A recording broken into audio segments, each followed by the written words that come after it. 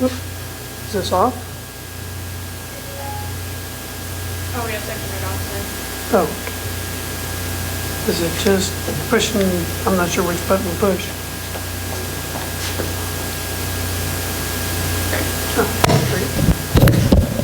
All right. Hopefully this thing will stay in place. So my talk today is kind of comparing the history and culture of Port Aransas with a town that I've been visiting since 2008. First invited by a scientist at University of Texas. We had designed a summer science program here, and he came to me and said, would you like to try to do one in a small Arctic village that we go to every year that we've been doing our research. So that was my first experience. It was in 2008, and actually that year I was assisting the scientists in a biological survey of a very remote lagoon called Demarcation Bay that sees very few people. It's almost right on the border of Canada from the Arctic coast of Alaska. And it was kind of a daunting task when I started, because in the museum we have over 30,000 images of the Port Aransas history, which is available to the general public to look through and even purchase and make copies of. And then I have about 5,000 pictures of the Arctic. So it was trying to pick those images and get it down to just a handful was quite a task. Let me see if I just press this one.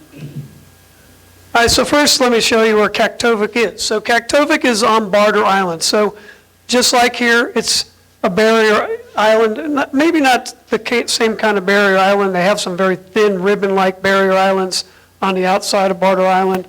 But it's 90 miles from west of Canada. That should be a W. 300 miles from Barrow, that's the nearest town. So if you need to go to the doctor, go to the dentist, go to jail, you have to be put on a plane and taken to Barrow. And when the kids play other schools, they have to get on a charter plane, go to that school, spend the night at that school, and then leave the next day by plane. The nearest road is 110 miles away, and that goes along the Alaskan pipeline all the way to Prudhoe Bay. And it's not really a town at the end. It's called Dead Horse. It's more like I call it an oil encampment. It's a place you don't want to get stuck, because there's only 2 hotels, and one is mainly for the people in the oil field. And there's really not much to do. Some people actually travel the haul road thinking they're going to see the Arctic Ocean when they get to Prudhoe Bay. And when they get there, they realize that the last 4 miles to the coast is BP installation, and you can't get on there unless you have clearance. So you have to fly into Kaktovik. And of course, Port Aransas is also a barrier island, and just like Barter Island, you're going to see that the settlement was on the northeast corner. And this is kind of an old map, kind of shows that, of course, their pass is very, very shallow. Ours has always been kind of deep, but it was moving 250 feet a year to the south till we built the jetties. But I thought this was a great relic map of Port Aransas. Here's a little bit more of a modern view. And of course, the jetties really enabled us to become Port Aransas and allowed for development where before we trapped the channel with the jetties, we really couldn't do a lot of building on the south side because that was the direction that it was eroding toward. Whoops. I threw this one in just for fun because Alaskans love to taunt Texans about the size of Texas compared to Alaska. It's a little over twice the size of Alaska. So when you go in the airport, they always have a picture of Alaska sitting inside Texas sitting inside of Alaska, and they make it a point of letting all the Texans know that they are not the biggest state, even though they think so. And Barrow is a little bit different shape than Port Aransas. I think it's kind of shaped like a wine glass without the base. It's 4 miles long and about 2 miles wide at its widest point, but as you can see, where it hits the mainland, it's very, very narrow. And of course, ice kind of changes all this. That little center area is the lagoon that they get all their fresh water from. Oops, kind of jumped ahead. Let me get back up here. Okay, and here's a recent air view of, okay, here's what we missed. So Mustang Island, considerably different, and of course it was formed a little bit differently. It's 18 miles long. The average of 300 feet should be 3,000 feet. I missed a zero in there. And 3,000 feet wide, so not a very wide island, less than a mile in most places. And like I said before, the development is on the northeast corner. Of course, now we're starting to see development spread, but typically for decades and decades, all the development was on the very north end of Mustang Island. Another recent shot of Port Aransas. And of course you can see, and this actually kind of looks more like Kaktovik than Port Aransas. This is an early 1900s view of Tarpon, the north end. And you can see there's not a lot of development. And I think you see a little pier there, and you can see, is that the engineering building, Bill? Yeah, and you can see that that's actually where University of Texas is now. So you can see there was not a lot of development at this point. There was actually more development on Barter Island at the time that this was taken. And this is actually, I threw this in because it's the oldest air view, they called it air view instead of aerial view, of the city and the harbor. Just a few main roads. Okay, island formation. So I'm trying to hit up some of the things, the similarities and differences. And Barter Island is, most of Barter Island, the soil that was deposited, I think, after a Pleistocene era. It was mainly from the flow of rivers, and there's a lot of them. And they fan out into several branches when they hit the coast of Alaska and and they're still flowing tremendous amounts of sediment, unlike some of the rivers in the southern U.S. There's other theories that glaciers, maybe not so much deposition, but actually glacial movement kind of scalloped out some of the coastline, because you'll see in some places where there's 30 feet difference between where the tundra ends and where the beach starts. And of course, another indication that there was some glaciers involved is the size of the gravel on the beaches. Some of it is very large and would not be something that would have been transported by currents. And Bill, Bill's a professor of geology, so if I say something wrong on this geology stuff, you can correct me. So Mustang Island was also produced basically by rivers, but a little bit different formation. So it was basically started after the end of an ice age that ended about 16,000 years ago, when this place right here was about 300 miles out to sea and about under 350 feet of water to 450 feet of water. So after the ice age ended, water level kind of rose, and as it started to recede, the rivers were, stuff was coming out of the rivers, and a lot of deposition of sediment. It was picked up by longshore currents, and which followed along with the coast and started forming the barrier islands. Mustang Island started really fully forming about 4,500 years ago. Bill, you want to add anything to that? Very good. I'm a biologist, so geology is not one of my strong points, but I'm learning. Indigenous people, I think that's probably one of the most interesting things to look at when you compare these two islands. So, because there's some really interesting similarities. First of all, the indigenous people here were Algonquins. But it was so long ago, and actually they were actually through almost the 1800s. There were still a few left, but their numbers really dropped after the end of the 16th century.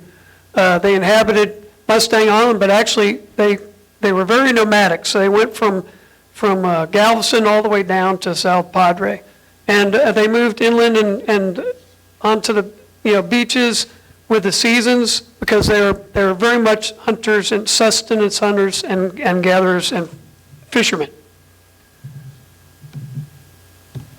They were very tall. So if you attended our first lecture, they talked about they found a very large skeleton in LaBelle, which was the ship that was wrecked that was up there in Matagorda Bay.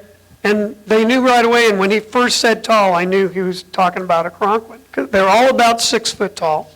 They hunted and fished using long bows. We don't know a whole lot about them. You know, most people consider them to be extinct, although one of our directors met somebody last month or a few months ago that said he was Cronquin, and he and his daughter was both over 6 foot tall and had the complexion that looked like they could have been Cronqua. We have about 200 words from their language that was picked up by different people that wrote it down. And we believe they arrived and migrated in and out of the bays and rivers using dugout canoes. And it's hypothesized that they were part of the Caribe tribe, so they were not really akin to the rest of the Native Americans in the United States. They were very nomadic. They lived in tents. They didn't dwell in one place very long. They're always on the move, unless they were in their fishing grounds. And they clashed with the Spanish conquistadors and early explorers to the point where that really was part of what did them in. It was a combination of losing a lot of battles and a lot of fights. They were outgunned. They didn't have guns. And also coming in contact with different bacteria and viruses that their bodies had no immunity for. So that their numbers went to nothing almost before we had a chance to really learn about them. And just like any other native tribe, most of their history is oral. So if nobody's left to tell the history, you don't know. So, whoops, I think I maybe missed one. Okay. So the tribe in the Arctic on Barter Island is the Inupiat tribe. And this is Maria Rexford. She is one of the elders of the tribe, so highly respected. And in tribal cultures, the elders say what goes on. Even though they have a city government, if the elders, it's like the mayor told me, if the elders tell us to jump, we say how high. And so they have a lot to do. She was assisting us on a field trip because here when I took kids, and I took kids on many field trips all the time, I always had to have extra parents, so extra eyesight so nobody got a skinned knee or bonked their head when they fell out of a kayak, or got cut up on an oyster. But here I have to have guns with us because of the polar bears. And I have to really worry about a student getting eaten. So she was up on a high bank, about 30 feet up, keeping an eye out for polar bears. And we usually send a four-wheeler through the beach and check it out first. But even last year, we sent a four-wheeler. They scouted the beach, and we showed up with the kids. There was a mother and a cub walking right down the beach that we were about to go in. We had to wait for them to get in the water and move away, which they will do. The early Inupiats lived in sod houses. And of course, as you can guess, very few of these things still exist, maybe just small remnants. In Kaktovik, they were built on the Barter Island. And when the Air Force came in, they built the Air Force where they were, and they just kind of bulldozed them over. So, and they think that they actually have been there. Well, there's evidence, archaeological evidence, that there has been humans in that area for over 11,000 years. So the inhabiting of this island is much, much longer than Mustang Island.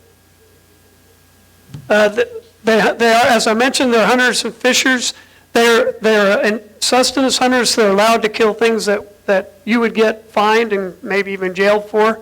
They're allowed to kill 3 bowhead whales as a town per year, but they also hunt seals. They have bearded seals and ringed seals. Belugas are something that they like, and caribou, also known as reindeer, which has been historically, there's been a herd that moves through there at different times of the year, and they try to grab one they can. They also net various types of fish, Arctic char, also called dolly varden. There's a little bit of a genetic difference there in where they're raised, but they look almost identical. Saffron cod, is a new fish that's starting to show up in large numbers, Arctic cisco, and lately they're starting to see several species of salmon in the nets. So we have a couple of scientists who go up there and put up these things called pike nets, and they started really seeing more salmon. They see chum salmon, pink salmon, and I think there's one other one that's been starting to show up in their samples. Their language is Inupiaq. A lot of Ks. It's a very monotone type of language. But in some ways, some of the words are very beautiful. But it's very, very different than English. A couple examples, like polar bear, you probably heard it and didn't realize what the word was in Inupiaq. It's Nanook, but it's N-U-N-A-Q with a special symbol above the K. And the caribou are tutu. I know that because that's what the kids called me one year when they decided to give us all Inupiat names. I felt pretty lucky because, and all the kids have their regular American names and then they have their Inupiaq names. But one scientist, hers translated to little old lady. She wasn't very happy about that. Another guy, you'll see me, was a pretty bushy guy. His came out to basically furry dog or hairy dog. So I felt getting stuck with caribou, even though tutu, you think about something that goes around your waist and is fluffy, I still felt like I came out pretty good. So one of the interesting things also about the tribes is they've incorporated. Now, of course, the city incorporated in 71, but the tribes, saw a lot of other tribes in the country losing their lands, and what they did is they incorporated their lands to where, as a corporation, that they had to be dealt with in a much different way. And it really kind of protected their holdings. And, but of course, as I said, the elders still dictate policy, and that is Mayor Nora Jane Burns, and we were emptying her nets. And that is in Arctic char there. Quite tasty. They're kind of that orangey meat.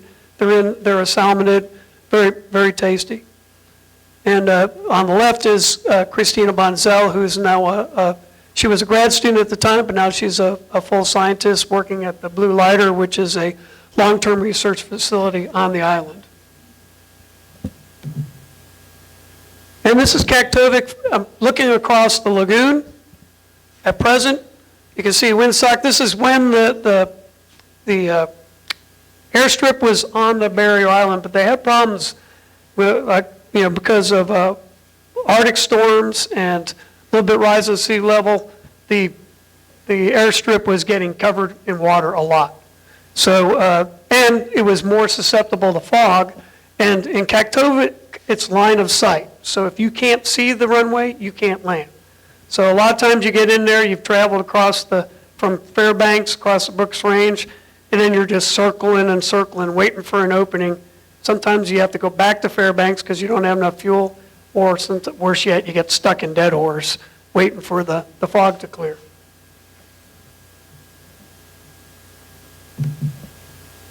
This is what I think is the most interesting thing about a similarity between the two indigenous groups, is if you look, this is a map of the early migration of humans, and that started over 10,000 years ago when there was still a land bridge. And you'll notice all the tribes that we see today in North America, they were part of a much earlier migration. And they think that the Inupiats, which were actually the Inuits and Inupiats are very closely related, came at a much later time. Their DNA is very different. They look more of Asian descent. And they must have been better adapted to the cold because everybody else went straight south, as you can see, and some didn't stop till they got to South America. But the Inuits and the Inupiats actually stayed north and went all the way to Greenland. So very different. And the same thing with it. So that's where they're kind of similar to the Karankwans too. The Karankwans, we believe, were Caribe. They came from a Caribbean island and somehow came through the Gulf of Mexico from the Caribbean. So two very different tribes, but they do have that similarity. And you might wonder, I think I mentioned it, but I thought I'd put a word in about Dr. Dutton. So their connection, how I ended up there, was Dr. Dutton has been doing research there since he was a grad student. I think over 40 years he's been coming to Kaktovik. He did some of his dissertation work for University of Fairbanks in Kaktovik. And this particular year was 2008, our first year there. And that's a bearded seal. It's kind of sad why that is there. The person that had killed it was in the process of cleaning it, and this particular year, a very bad thing happened. Well, a couple bad things. One is that the Arctic ice retreated 350 miles out to sea. So there was I never saw one speck of ice that year. I was so excited coming over the Brooks Range, and I could see the water up ahead, and I thought, I'm going to see Arctic ice for the first time. Never saw a bit of it. It was a very warm year, and the Inupiats are not used to that. They're used to a lot of ice. For decades, centuries, they've been running on sealskin kayaks and very small canoes and small boats, and they never had to worry about waves because there was always a lot of ice to deaden the force of the waves, or there just wasn't any fetch, there wasn't any open water for waves to develop. But with the warming that they've seen up there, and they've seen it a lot longer than we have, for decades before, they're experiencing a lot of wave action, and it's creating erosion. They had to kind of change the way. They didn't even wear life jackets. They wouldn't even bring them.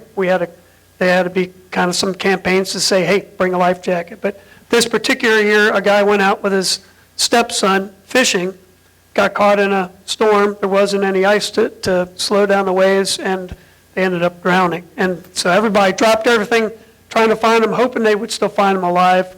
And when I came in, actually, there was 2 search and rescue guys with me, but they were found later on that week, and they did not survive.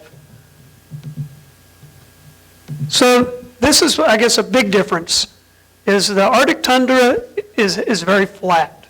It's a wetland like most of our islands, so there is some similarities, but most of the time there's a layer down in the ground that's frozen, at least for now, so a lot of more of it's thawing than has in the past. But there's no high shrubs, there's no trees. That's a Arctic owl right there. Just standing on a little mound waiting for a lemming, or they have these small mice-like creatures called voles. And he's just waiting for one to come across the path where he can grab them.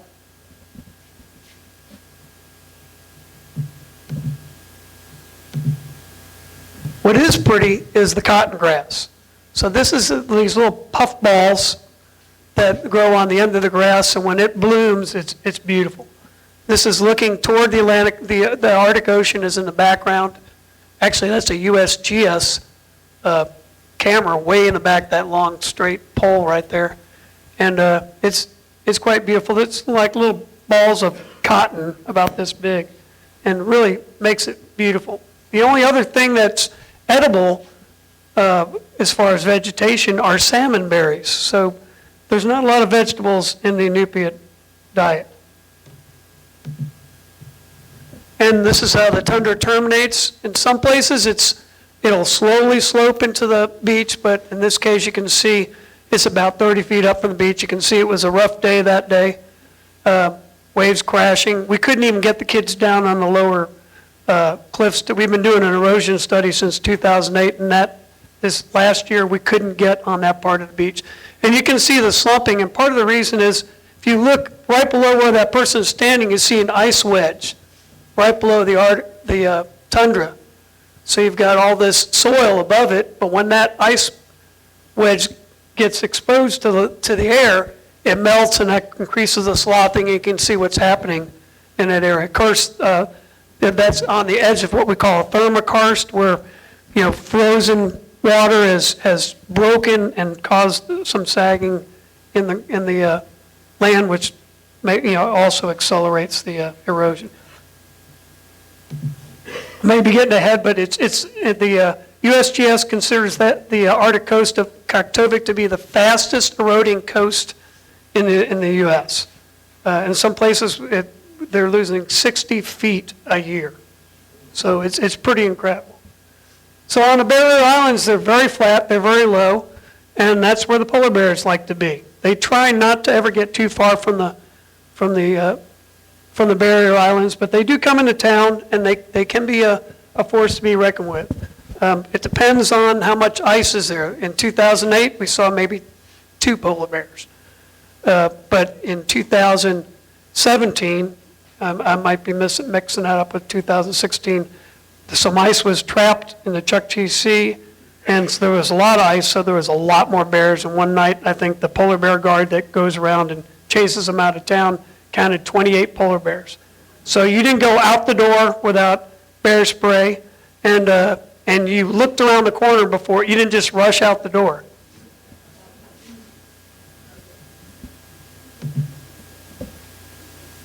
So, and this is the reason why there are polar bears in Kaktovik is because of the bone pile. So once they harvest the whales, they use a front loader to pull the remnants of the whale out. Let me drop this down so I don't get that big piece out. They drag it out to the very end of as far away from the town as they can, to the very end of the barrier island. And then the polar bears come in and kind of gnaw on it. They know when the whale hunting is about to start, so about 2-3 weeks before they'll come in and they'll be chewing on what's left of the bones and just kind of waiting for the whale hunt because they know they're going to get more meat from there. And on years like this where there's no ice, they can't get food. So their natural habitat, their natural prey item is bearded seal and ring seals. But seals, if you've ever seen one in the water, they're incredibly agile. They're great swimmers. And certainly polar bears are great swimmers, but you wouldn't call them agile. They can swim long distances. They can swim over 75 to 100 miles out to sea, but they're not fast. So they can't catch the seals in the water. They trap them when they come up for air in the ice. So they need the ice to trap the seals. Otherwise, they've got to find an alternative source of food. And in Kaktovik, they've found one. There's another picture. You can kind of see the whale backbone. Male polar bears can weigh up to 1,300 pounds, and when they stand up on their haunches, they can stand 12 feet. So if you can imagine, they're mammoth. And they can run extremely fast. You're not supposed to run when you see one. You're supposed to back up. There's a whole, little bear training that you get when you go up there. But, one of the elders told me one time that a bear could walk faster than you could run. And one time I saw that, I tried to get a picture of a bear running with her she was just walking fast with her 2 cubs, and the picture came out blurred because she was moving so fast. It's scary how fast, and same thing with grizzlies, which are also on the island. Whoops. Okay, this is just another shot. I did want to point out the Galaka skull. So I told you how big a polar bear was. That's a Galaka skull in the front. They're the second largest gull. They dwarf the laughing gulls and even the herring gulls we have here. They're probably 3 to 5 times bigger than a laughing gull. They're incredibly large. And they also they don't have a huge variety of birds there. They have semi-palmated plovers, or snowy plovers, semi-palmated, trying to think. I'm not a great birder. And they have a really interesting bird of prey they're called a Jaeger that does this weird hovering, almost like a helicopter. He flaps his wings real quick and he'll just stay motionless over an area till he sees a prey item and then dives in and gets him. Has very pointed wings. And dogs have a different role in this society. It's not like here. Some of you may have seen at a dog park with my dog and your dog, but here, people don't walk their dogs generally. There's a couple people starting to. Generally, when you have a dog, like Trixie here, you tie them up in front of your house, and they're your warning that a polar bear is outside. So if the dog's barking, you don't let your kids out the door. And they do get loud when a polar bear comes. And also sometimes strangers. Matter of fact, the first year, the kids took me around and introduced me to all the dogs. And I could walk through town and they would be completely quiet, and then somebody else would follow behind me and they'd be barking like crazy at them. It was kind of fun. Hotels. Okay, so Leanne showed you a great picture of the Tarpon Inn. This might be a little bit earlier. This is in 1911, originally built in the 1880s, I think 1886 or 86. And it's burned down a few times. It's had some major hurricane damage, so it's been rebuilt in the same location. And but it's really kind of survived the test of time as far as being an institution. And it's pretty nice. You know, it's not super fancy, but it's accommodating. This is the main hotel in Kaktovik called Waldo Arms. It's kind of a bunch of different buildings shoved together because, you know, it's hard to get building materials up there. A barge comes in August, about the same time we come, when the water's liquid and you can get barges in. It brings everything for the whole town for the entire winter. All the fuel, all the diesel, all the school food and school supplies, and anybody that has bought a building or material that comes on that barge. And sometimes it's more than one barge. So people kind of make the best of what they can. It's not the fanciest place, though, that has this beautiful mural that you can't see over here because there's a ladder in the way. That was done by a local artist. But Walt, that owns Waldo Arms, kind of started off as he's a pilot. He did tours. He did guiding. He ran guides. So it's not just the one of the two hotels in town, but it's also where you get your tickets for if you're going to go out on a plane. It's where all the freight goes to and from, even if it's going to the U.S. Post Office. And it's one of the two restaurants where you can get a meal. Transportation. Okay, so one of the popular means of transportation for a long time, the only way to get on the island was a ferry. And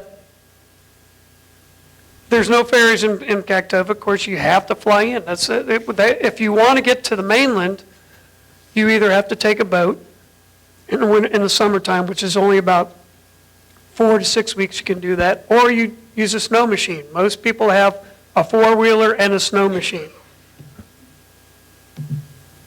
There's an earlier one I thought was really interesting. I think this was, I want to say, do you know what time, some of these pictures didn't have dates. But I thought this was interesting because, see, this particular ferry has a paddle wheel. So it was a little bit earlier than the one we saw before. And it says, ferry leaving Harbor Island Terminal for Ocean Beach Drive, Aransas Pass. So I'm not exactly sure where they're saying. Do you know what they're talking about right there? Of course, you know, the pass itself was called Aransas Pass, and the area was called Aransas Pass. And there's a settlement on San Jose Island called the Aransas Settlement. But do you have any idea, Bill? The first ferry landing was off at 6th Street, which is practically in the past. Maybe. All right, as I mentioned, you have to get here by plane. They're small planes, usually 8 to 12 passengers is as much as you're going to see on a plane. And you pick those up from Fairbanks, so you can take big planes up to Fairbanks. I start off here about 6 o'clock in the morning, and I get to Fairbanks about midnight, and then the next morning jump on a plane to go to Kaktovik and go across the Brooks Range. And it's usually a very noisy plane, so they offer earplugs if you want them, or some people just put on their headphones. And you can go on with your knife on your belt. You can have your gun unloaded on your back because there's no security going onto the airlines. This is Raven Airlines. Very, very different. And the waiting area is at the very end of the airport, and you have to walk out onto the tarmac to get on the plane. This is the old runway, but when it was still on the Barter Island. Schools. So this was one of the first schools in Port Aransas in 1909. As you can see, probably one-room schoolhouse and quite a variety of ages, where the ages were kind of mixed in. In 1914, they kind of stepped it up a little bit. And I had a picture I didn't put in here, but the 1919 storm tore this building up terribly. In fact, the picture in the 1919 storm shows it kind of collapsed on the right wing, and a big oil tank rolled into the front of it. So it took quite a beating, but it was the first attempt at a really nice school in Port Aransas. This is the front of the Kaktovik school. This is a brand new addition. The older school is toward the back, and it's mostly metal buildings. The Arctic winds are really tough on structures, so things have to be built very solidly. We're about to, and it's all grades, kindergarten through 12. There's no pre-K, and usually there's 3 grades in each classroom, because I think last year there was 5 freshmen, 2 I think there was 2 sophomores, 1 junior, and 1 senior in the whole high school. There's about 75 kids. The whole town is about 250 people, and almost all of them Inupiats. This is the back area of the school. Whoops, must have hit it.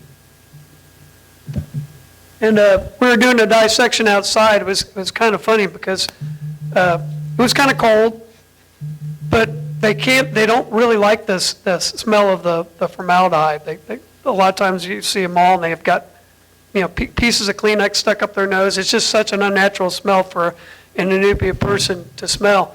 So we did it outside, and I was worried it was going to be cold, so we got on the sunny side where there was a little bit of a windbreak, and I asked them, I said, "Are you guys going to get too cold?" And, "Oh, no," and one of the girls said, "Eskimos never get cold." So the Inupiats are proud of being called Eskimos. And then later on, she was, after 3/4 way through the dissection, she goes, "I'm cold, can I go inside?" And I said, "I thought you told me that Eskimos never get cold." And she goes, "Well, I'm 1/4 at a basket," which is another tribe that's a little further south.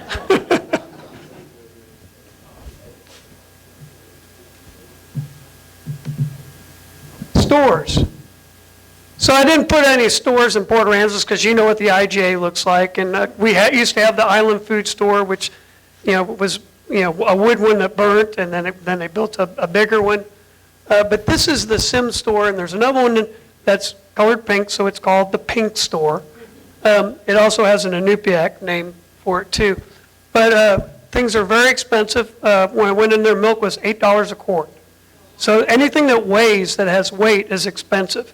An onion is $2, $3, and sometimes that's the only thing I go in and buy. And then they have some local things, like some people might have some dried fish that they're selling fish jerky, and those are pretty good. I think a case of sodas was $28. So the more weight, the more expensive it was. And they're only open a few hours in the afternoon. If you get there at 2, you're almost likely to see them open. Any other time, it's kind of a, it's a gamble. Now, early settlers in Port Aransas were the Mercers. They were really the first people to settle into Port Aransas, and actually it was called the Mercer Settlement when they first moved in. And then there were some other families that were living on San Jose Island because it was a lot easier to build. You didn't have to move around as much. It didn't get quite the storm surge. I think it was just it was a little bit further up the beach, and but eventually that became privately owned. And I think it was 1876, the Brundretts, one of the descendants showed me paperwork showing that's when they started buying land here and settling in Port Aransas. But the Mercers were probably the first ones, and they took a very important job. They were the pilots. So because that pass was not only moving 250 feet a year to the south, it was changing its shape and its depth on a almost weekly basis. So they had the daily knowledge to get those ships in and out, or tell them, "Hey, there's no way should even try." And if that happened, they sent out the scow schooners to lighter them instead of letting them come in. I did get a store in there. I did throw in one store. This is the Mercantile Shop, which is now Desert Island Ice Cream. And this was after Hurricane Celia. And funny thing was, my friend Sandra Clark thought that the hurricane knocked the wall down and left everything standing for years and years. And I thought the same thing too. And then she said she talked to Mr. Tarrant, told her that no, they were set back up after the storm. But of course, this picture, it looks like the whole wall fell off and everything's still there. And we know from for those of you that were here after Harvey, the entire building of the liquor store was completely gone, but there were displays of alcohol still set up. What's that? Yeah, briefly, yeah. That was where the pilfering, and that's the first place they had to put, law officers because, and I think when they finally got a law officer, there was 2 or 3 people coming up with red wagons ready to load up.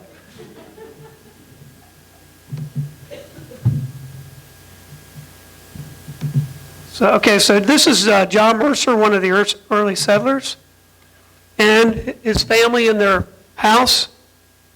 And I thought I had a better picture of that. I might have skipped over a couple of pictures, but it had a lookout, and every Mercer house had a widow's walk where they could look out and they could see the ships and they could tell when something was coming in and be able to address that ship getting in. In Barter Island, because it is, there's not a lot of pictures, and of course, the tribal history is mostly verbal. I did read one of their documents, and it said had an interesting origin to the name, and we'll talk about the origin of the names here. But Kaktovik actually means seining place, and it's because one of the early settlers, his grandson drowned and in the lagoon, and when his son was pulling up his seine net, he found an arm of the son. So kind of a gruesome way to name a town, but it means seining place. So it has kind of a fishing origin to its name. Port Aransas is a little bit different. It was called the Mercer Settlement for probably in the mid-1800s. We're not exactly sure when it was called Tarpon, Texas, but that was late 1800s. It was named after the fish that everybody came to try to fight and catch. For a very short time, it was called Ropesville, after, and did I get the first name right, Stephen? Ropes? What? L.U. Ropes. Okay, so he was a developer that promised a town that was going to be a destination place for everybody to go. It was going to be just the most beautiful place if they just bought into his dream and helped him out. And of course, everybody said, we're right behind him, and said, okay, we'll even change the name to Ropesville. And then a couple of years later, he was out of money and ran back to New York, and it went back to Tarpon again. And it became Port Aransas in 1910, when it was pretty obvious that we were gearing toward being a major port, and that was because most of the jetty was complete. Wartime on the islands. And some of this is in our exhibit too. So during wartime, we don't know a whole lot about what happened in World War II. And I'm kind of jumping ahead past World War I, because we don't have hardly any pictures about that. But World War II, the beaches were heavily patrolled. People's movement were inhibited. Everybody had to have a picture ID. As a matter of fact, Frank Gibbs's files include a picture of every single person that was living in Port Aransas because they were scared to death that a submarine was going to pull up, send out a landing party, and they were going to infiltrate into town and find out information and then go back. So boats were checked, and they set up guns to protect the port from these submarines that were very heavy. The traffic was very heavy along the Mississippi Delta. There was dozens of ships that were sunk. But the closest one here was off of Matagorda Island. So but there were sightings off of Port Aransas and off of South Padre. So we had lookout towers where they could triangulate and fire these big guns. And you can still see those mounts across from the University of Texas. Now, Kaktovik didn't really have a lot of activity. They were still heavily involved in trading caribou herds. They had a really bad winter. They were struggling during World War II. But after World War II was the big change. Then Air Force came in and they built that dew line station, which a lot of times you can't see on the Google Earth pictures. But that's an early detection system for ballistic missiles coming from Russia. So it really was post-World War II and the start of the Cold War where they built those in several places. And for a while they had 400 Air Force people. They built a new runway, and And for a while, it provided jobs, but changed where the people lived and how they lived. And then now there's about, I think, 2 or 3 people that work the whole station. This is the old hangar left. It's now been demolished, and they had to take tons and tons of dirt out because there was so many diesel spills underneath it that the dirt was pretty bad shape. Whoops. Sorry, I got it. All right, similarities. UT can be found, has a presence on both islands. Now here's an early UT vessel here, which I think was a trawler design, and it was bought in the 1960s. Here's a Pier Lab shot about around the same time. You want to qualify that as any particular year, Bill?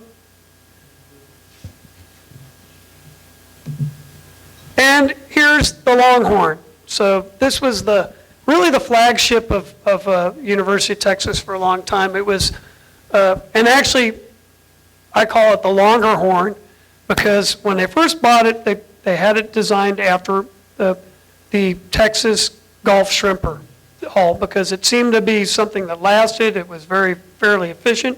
They didn't realize how much they rolled till they tried to do science on them, and then they had to add stabilizers, and they had a naval architect, and they didn't have enough lab space, so they cut it in half and moved it 20 feet apart and built 20 feet more at I think it was the Brose Baycraft shipyard. That's why I call it the longer horn. And I guess this was when it was just coming back in because they're celebrating by bringing Bevo, the UT mascot. Bill, you want to add anything? Okay.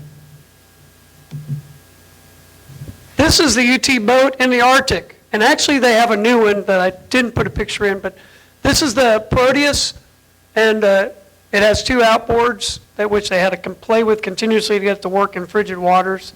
They would restrict the water flow, and then they'd have it pouring over it's run by Ken Dutton's 2 brothers, and they were pretty creative with it. They could actually heat the floorboards with some of that water, but the idea was to really keep that water in that engine as long as possible because it was just too cold for an outboard to run. And this was after we came back from Demarcation Bay on a trip that was to a very remote area, camping on the tundra for 5-6 days, had a grizzly bear come through the campsite while the men were out on the boat, and Susan, Ken Dutton's wife, was actually had her head in a microscope. Cashel Villa was our polar bear guard. She was in her tent reading a book, and then a pretty good sized grizzly bear came through, and she fired what they do for scaring polar bears and grizzly bears away is they have shotguns that fire these things called cracker shot. So it shoots like an M80, a very large firecracker, and it's supposed to land in front of the bear and scare the bear away. Whereas, so that it's, the proximity and the sound and the concussion scares the bear away. But when she shot at the grizzly bear, she went past him, and he actually ran toward them after it. She had to fire again. She was able to get him to move away, but he came back about 15 minutes later, and the way they got him to finally leave is they took a big blue tarp, and they held it between them, and they just shook it and screamed and yelled, and he didn't know what that big blue thing was that was being so noisy, so he left. And storms. So we have hurricanes, and that's a picture of our museum after the 1919 storm. You can see it's being used as a Coast Guard station because the Coast Guard station was destroyed. And you can see the house in front is torn apart. One house is buried. Some just have foundations. After the 1919 storm, we think there was only 7 buildings left on the island. And we had just recovered from the 1916 storm. But the Arctic storms are very different. They can have hurricane force winds. They come up pretty quick. This was one when we were coming back we left Demarcation Bay early because this storm was coming in, and we overloaded the boat. We left with over 1,000 pounds of gear, and the people that came in on airplane like me got on the boat too. We didn't even know if we were going to get on a plane, and we get in front of this big storm. But luckily we were able to stay ahead of it. We did get up on a plane. The other option was for Cashel and I to stay in a tent with freezing rain and 50-mile-an-hour winds for 3 days, which was not a great alternative. Did I miss one? So hurricanes have destructive winds and floods. That's where Virginia's is on the left during Celia and Carla in 61. Excuse the extra W. Boy, this thing's so touchy. And Arctic storms create large waves. Like I say, that's something that the Inupiat people aren't used to. And they're used to calm seas. And it's increased the erosion. And this was in Demarcation Bay. This is an LST. It actually was one of the ships that delivered tanks to Iwo Jima. And it was bought by Canada. They were towing it to Canada. They got caught in an Arctic storm, and it ended up in Demarcation Bay aground. And on the right picture, you can barely see it, but there's whole pieces of steel. The Arctic winds are so strong, it's tearing a steel ship apart.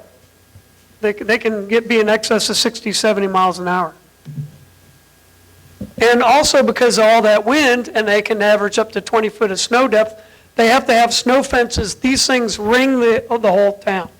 And sometimes in July, all the snow's melted except around the snow fence. And it's just to keep the town from getting buried. This kind of a sad note. This happened last week, and I thought I would be I would not be a very good person for if I didn't mention it. This is their school that I showed you earlier. It was so cold last week. They were trying to keep they had heaters under the school to keep the sewer lines hopefully going and keeping the fresh water going so they could keep having school. Well, it got down to 38 below zero. They ran the heaters all night. The school caught fire. There was no fresh water in town. All the municipal water was frozen, including the lagoon. So they had to just watch it burn. So they lost. And the front part on the right side, that was a brand new gym they just completed a year ago.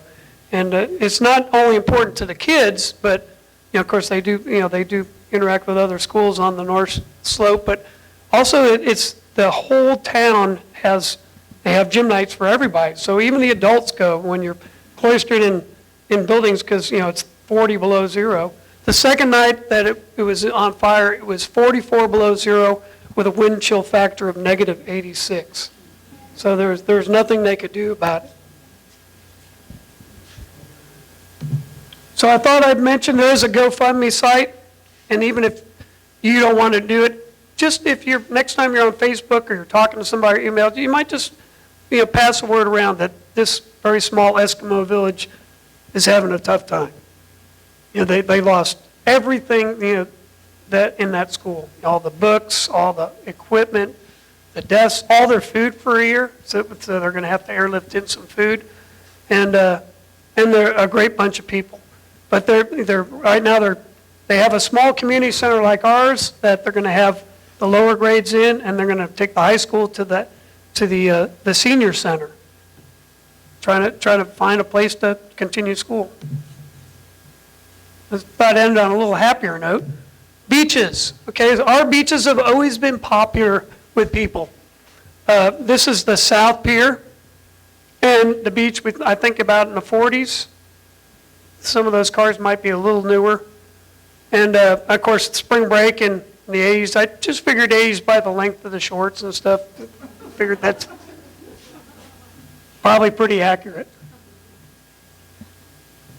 And here's a pier, the South Pier. You can see that the beach was not only a very popular place for people to go sunbathing, but also to fish. And this is a very busy day on the South Pier in 1942. Well, as you can guess, Kaktovik doesn't have any piers. The ice would break it up. But they do a lot of fishing. And the beaches, as you can see, it's heavy gravel beaches. The kids didn't really go in the water before we came in here. Matter of fact, they have these isopods. It's kind of a small crustacean that are about this big. Here they're much smaller. And in deep water, they can be this big. They can be huge. And kind of related, you might say related to like a pill bug. But they call them Budiak Suyuk. And in Inupiaq, that means toe biters, because the elders told them if they go in the waters, these guys are going to eat their toes off. But there might be a little bit of truth to that, because when Cousteau had that underwater lab, he went out for a night dive, and the amphipods the isopods just wouldn't leave him alone. He said it was like they were all over him, kind of pinching them and stuff. So there might have been a little truth to that, but they weren't going to eat their toes off. I think it was just to keep the kids scared of the water so nobody would get hypothermic and drown. And they do have fish camps. That actually is pieces of fish drying on the right. Of course, that means you have to watch that camp all the time to keep the polar bears from eating your fish. And not much swimming and sunbathing. As you can see, this is in August, and everybody's wearing winter coats. But, Texas people just can't pass up the opportunity to get wet. And it took me till 2000, I think 16 or 17, first time was in 2008, to actually get in the water. It was kind of funny. I was, one of our friends there was showing me her dad's polar bear hut where they viewed polar bears, and everybody had decided to run in and do a polar plunge. And I said, I was trying to get them to wait for me for the picture, so they were kind of mad at me by the time I got in, which was about 10 seconds later. But we did get the picture. But you do have to watch out when you're swimming or on the beach for polar bears. So they're very well adapted to swim, and when it's choppy, all you see is that head of that polar bear. Even if he's 1,300 pounds, all the rest of the bear is underwater. So when there was one day where it was so choppy, you just didn't know where they were. One popped up 30 feet from two friends of mine that were watching some bears across the channel, and they had to make kind of a dash for the vehicle. And of course, a bonfire is popular on any beach, especially after you've been swimming in the Arctic Ocean. And so that's it. This is midnight, so their days, it never gets completely dark when we're up there. This is about 12:30 in Demarcation Bay. We're waiting for these guys to return so we can eat dinner. So we have very long days, and the sun goes down about 2:30. The kids are playing in the streets at 1 o'clock in the morning because it's sunny and warm some days, and then it comes back up about 4 o'clock. So you get a little bit of sleep, but if you don't have good blinds, and if you're sensitive light like me, you sleep with your arm over your head or whatever you can do to keep that light out. All right, so any questions? Yes? Why did they call this Mustang Island? Okay, because when the early Spanish settlers came in, they brought Mustangs with them for a couple things, for use for animals to move things, to work fields, for transportation. So beasts of burden and transportation, but also if they didn't have any food, they could eat the horses. And when they left, because the Spanish didn't stick around very long because there wasn't any gold. So. We were down in South Dakota, and there's wild Mustangs down there, and I was just always curious why this is called Mustang. Yeah, it was Isla de Mustang. And I don't know when they left. Bill, do you know when the Mustangs were rounded up and disappeared? They did that in a lot of places in the country. The nurses claim that they caught most of them, and they would do either one or two things. They would either hang them and light them, or eat them, one or the other. So between that, they pretty much let them out. Yeah, once you start eating the wild horses, their numbers can get down pretty fast. Any other questions? Yes. So it's about 280, 300 miles into the Arctic Circle, I believe. It's about a little over 900 miles from Anchorage, because a lot of people go to Anchorage. They say, "Oh yeah, I've been to Alaska," but it's significant difference further. From here, it's about 4,400 miles as a crow flies. Of course, you never can get there straight, so you end up going about 4,700 miles. Yes. They have a health clinic, and there's a nurse that kind of trades in and out that goes there, but anything major, they have to put them on a plane, and and send them to Barrow. So, and that does happen. Sometimes they have to get people out quick because, time is of the essence.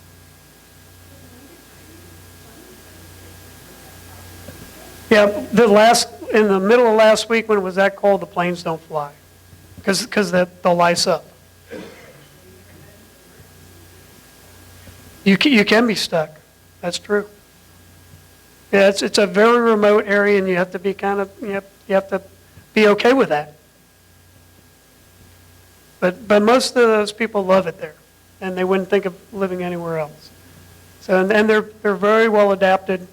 You'll notice I should have stopped. I didn't point out, but this last shot you can see that's natural fur, and again that's another kind of a no-no for a lot of people. Politically, not using animals for fur. But if you don't have natural fur on the collars, on the cuffs, and on the bottom of your coat, you're not going to stay warm.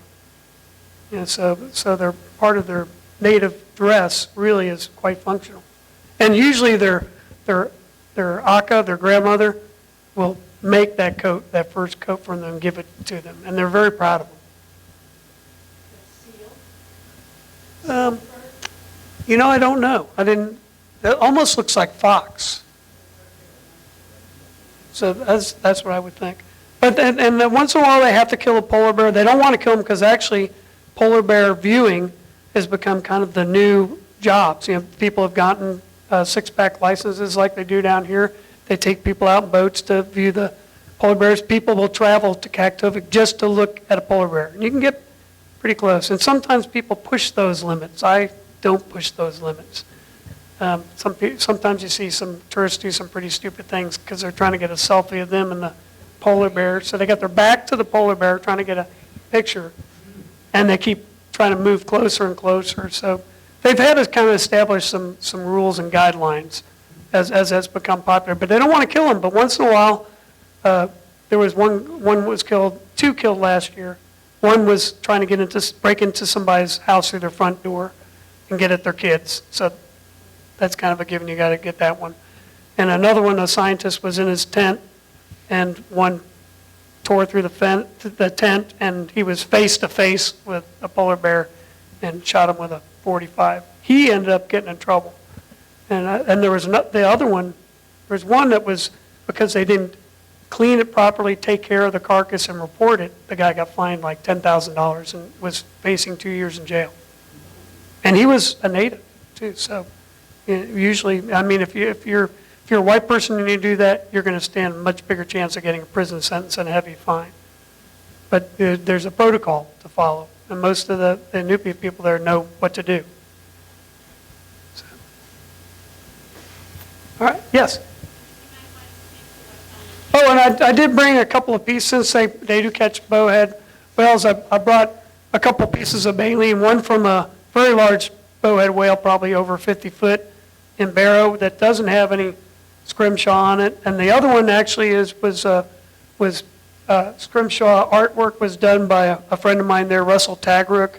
And anything about Russell, and we have Leanne, wait, no, you have one, right? Yeah. And is that you tell him what you want on the art, and then he does it, which is really cool. And I had to argue with Russell a little bit because I wanted a walrus on mine. Because I had seen a piece he did that had a walrus, and I thought, man, that was the coolest picture of a walrus. And I told him, I really want a walrus on mine. He was like, I can't do a walrus. We don't have walrus here anymore. But I was able to talk him into it, so it's a pretty neat piece. And he does some incredible artwork on it. And then there's a small one that I don't know where exactly I got it from, but I think it probably came from a sei whale, a much smaller whale. And there's also a poster that was done by an artist that came in, spent the summer with the kids, interviewed two of the most important elders, and then produced this beautiful art poster. She did it at several Arctic villages, one of them called the Arctic Village.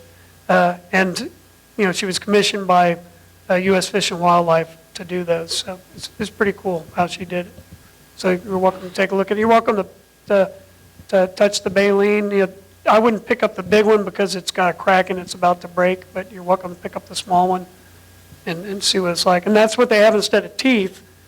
They take big gulps of krill and they use their tongue, they pull their tongue back and they force the water out through their mouth, and the water goes between these plates that have hairy edges, and then they take their tongue and lick that krill off. So it's a little different way of eating, but makes a lot of sense if you're a biologist, because you're feeding closer, to the producers on the food chain, so you're getting kind of more bang for your buck as far as energy and protein. It's a pretty smart way to live. So, all right, well, thank you all for coming.